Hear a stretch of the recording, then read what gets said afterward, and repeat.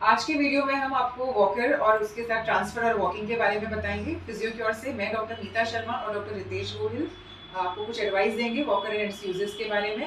Video को and तक please जरूर देखें और आपको अच्छा लगे तो हमारे चैनल को सब्सक्राइब जरूर करें।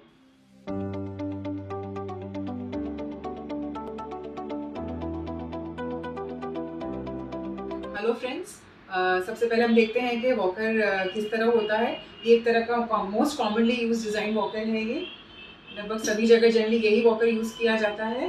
और कुछ वॉकर्स इसमें आगे व्हील्स होते हैं और कुछ में नहीं है, तो हमारे इस वॉकर में तो व्हील्स नहीं है।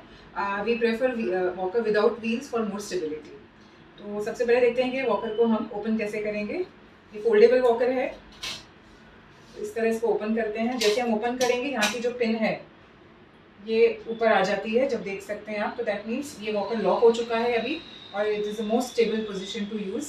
अगर ये पिन ऊपर ना आए तो वॉकर को यूज़ ना करें आप, दिस एन इंडिकेशन के इट नीड्स सम रिपेयरिंग। इसी तरह जब आप उसको वापस फोल्ड बैक करेंगे तो उस पिन को प्रेस करेंगे, मतलब वॉकर अब अनलॉक हो गया, अब वो ईजिली फोल्ड हो सकता है। इस तरह के वॉकर की सबसे बड़ी एडवांटेज ये है कि it is very easy to carry. इसको आप अपनी कार में, कैब में रख के आराम से ट्रैवल कर सकते हैं, there will be no issue. है कि वॉकर की हाइट कितनी होनी चाहिए। तो जब जो भी रिस्पेक्टिव पेशेंट है उनके हिसाब से ही, बॉडी हाइट के हिसाब से ही वॉकर की हाइट रहेगी। केयर गिवर्स को ये ध्यान देना चाहिए कि जब वॉकर पकड़ें जो भी इंडिविजुअल है तो उनका elbow around 20 to 30 degree bend position में रहना चाहिए। अगर ये बेंड नहीं रहेगा और वॉकर ऊपर नीचे रहेगा तो फिर बॉडी में भी चेंजेस हो जाएंगे, पॉस्चर प्रॉब्लम्स हो जाएंगे। किस तरह, जैसे कि अगर बहुत नीचे है वॉकर, हाइट उसकी कम है, तो आपका एल्बो स्ट्रेट रहेगा और यहाँ पे अनड्यू प्रेशर आएगा आपका। और उल्टा है, अगर बहुत ऊंचा रखेंगे हम वॉकर को, पेशेंट की हाइट कम है, तो फिर बैक पेन हो सकता है, क्योंकि वो ऑटोमेटिक फॉरवर्ड बेंड होके ही वॉक करेंगे। तो ये दोनों चीज़ें अवॉइड करनी है, इसके लिए हमको हाइट एडजस्टमेंट करना होगा, जो कि कुछ इस तरह हम कर सकते हैं। ये देखिए वॉकर को उल्टा किया है हमने, ये पिन आप दे सकते हैं। ये पिन को प्रेस करके हम इसके चारों लेग्स को इंडिविजुअली ऊपर नीचे कर सकते हैं। तो सभी को इक्वल रखते हुए आप देख सकते हैं कि इनके हिसाब से वॉकर का हाइट एडजस्टमेंट हो चुका है। Now it's ready to use. Next हम आते हैं हाउ टू ट्रांसफर। सबसे पहले हम सिट टू स्टैंड ट्रांसफर लेंगे। तो जिस तरह ये देख सकते हैं, आप चेयर पे बैठे हैं, वॉकर उनके पास है। जब आप इंडिविजुअल को उठा रहे हैं, आपके पेशेंट को, जो भी केयर गिवर है उनका आसपास रहना ज़रूरी है इन ऑल ट्रांसफर्स। तो जब हम उठेंगे तो वॉकर इस तरह रखना है चेयर के पास, उनके दोनों हाथ आपके इस पे रहेंगे, फ्रेम पे। अब जो अफेक्टेड लेग है वो आगे की ओर रखना है और अपनी अपर बॉडी को वॉकर पे पुश करते हुए बॉडी को लिफ्ट करना है। अक्सर ऐसा हो सकता है कि सभी लोग इतने स्ट्रॉन्ग इनफ ना हो। अगर पोस्ट ऑपरेटिव कंडीशन है तो काफ़ी वीकनेस रहती है पेशेंट को, तो एक हल्का सा जेंटल पुश या फिर कुछ सपोर्ट लग सकता है वाइल स्टैंडिंग अप। इसलिए मैंने कहा कि केयर गिवर का आसपास रहना ज़रूरी है ये करते टाइम। नाउ एक बार इस तरह खड़े हो जाते हैं तो now the individual is ready to walk.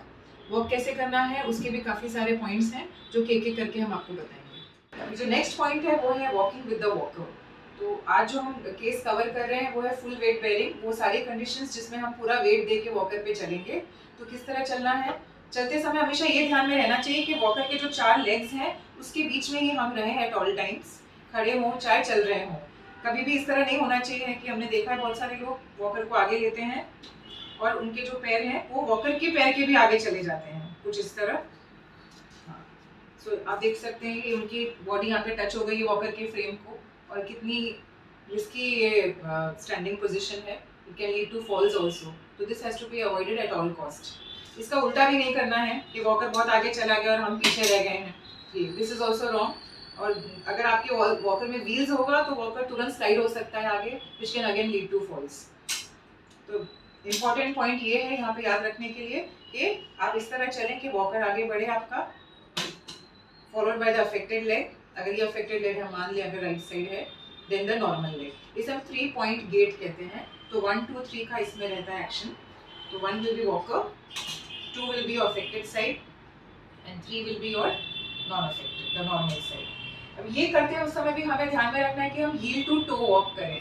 Patients कैसे रखते हैं हमने देखा है, दिखाएंगे अभी आपको डॉक्टर रितेश। हाँ, इस तरह रखते हैं, पूरा फ्लैट फुट रखते हैं वो, फिर आगे बढ़ते हैं। बहुत ही कॉमन तरीका है ये चलने का वॉकर के साथ। तो we should encourage heel to walk. वो कैसे करना है, वॉकर को आगे बढ़ाएंगे और अफेक्टेड लेग का जो हील है पहले वो स्ट्राइक करेंगे हम, followed by foot flat and then the normal leg. Again walker, affected leg का heel strike, foot flat and then the normal leg.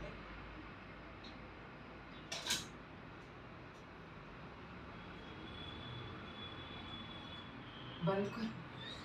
Last section में आते हैं जिसमें हम आपको सिखाएंगे और बताएंगे कि आपको स्टैंडिंग टू सिटिंग ट्रांसफर कैसे करना है। हम अज्यूम कर रहे हैं कि आपकी जो चेयर है उसमें आर्मरेस्ट है, क्योंकि this is basically the right way. अगर आपके पास चेयर आर्मरेस्ट वाली रहेगी तो वो इंडिविजुअल के लिए ईजी हो जाता है to sit and stand as well. तो सबसे पहले जब आप चल कर आएंगे इस तरह, तो चेयर के एज के एकदम किनारे खड़े होना है, उसको टच होते हुए। अब आप जो इंडिविजुअल है उनको बोलेंगे अफेक्टेड लेग को आगे लेने के लिए।